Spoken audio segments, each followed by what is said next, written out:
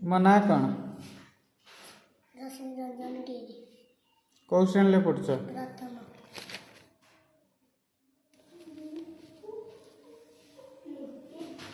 ବାଘ କ'ଣ ଖାଏ? ବାଘ ମାଂସ। ମାଟି ତଳେ ହେଉଥିବା ଦୁଇଟି ପରିବାର ନାଁ କୁହ। ମାଟି ତଳେ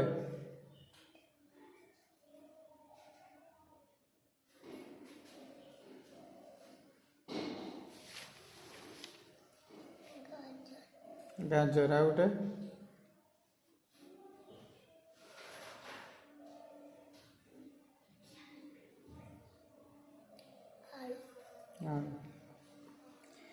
ତୁମ ଘରେ ପର୍ବପର୍ବାଣିରେ ହେଉଥିବା ଦୁଇଟି ପିଠାର ନାଁ କୁହ। ପିଠା ଚକୁଳି ପିଠା, ମଣ୍ଡା ପିଠା। ତୁମେ ତୁମ ବାପାଙ୍କୁ କ'ଣ ଡାକ? ବାପାଙ୍କୁ ଜେଜେବାପା। ତୁମ ବିଦ୍ୟାଳୟରେ ବଗିଚାରେ ଥିବା ଦୁଇଟି ବଡ଼ ବା ସାନ ଗଛର ନାଁ କୁହ। କୁଟନ, ଗେଣ୍ଡୁ।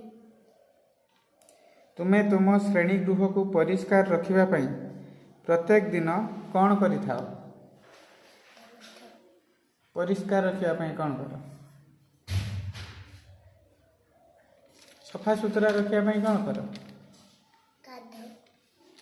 ସ୍କୁଲ ଘରକୁ, ଶ୍ରେଣୀ ଗୃହକୁ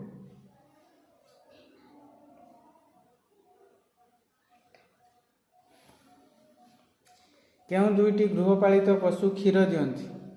ଗୃହପାଳିତ ପଶୁ ଗାଈ ଆଉ ହେଲା ଗାଈ ଆଉ ବଳଦ।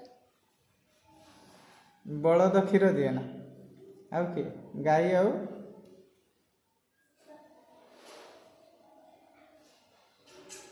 କିଏ କ୍ଷୀର ଦିଏ?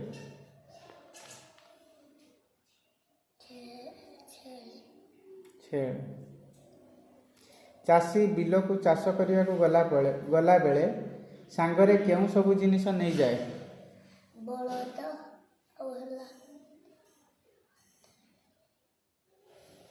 ଆଉ କ'ଣ ନେଇକି ଯାଏ? ହଉ। ତୁମେ ଶୀତ ଋତୁରେ ବ୍ୟବହାର କରୁଥିବା ଦୁଇଟି ପୋଷାକର ନାମ କୁହ। ଶୀତ ଋତୁର ଗରମ ପୋଷାକ ଆଉ ହେଲା କମ୍ବଳ। ଯା।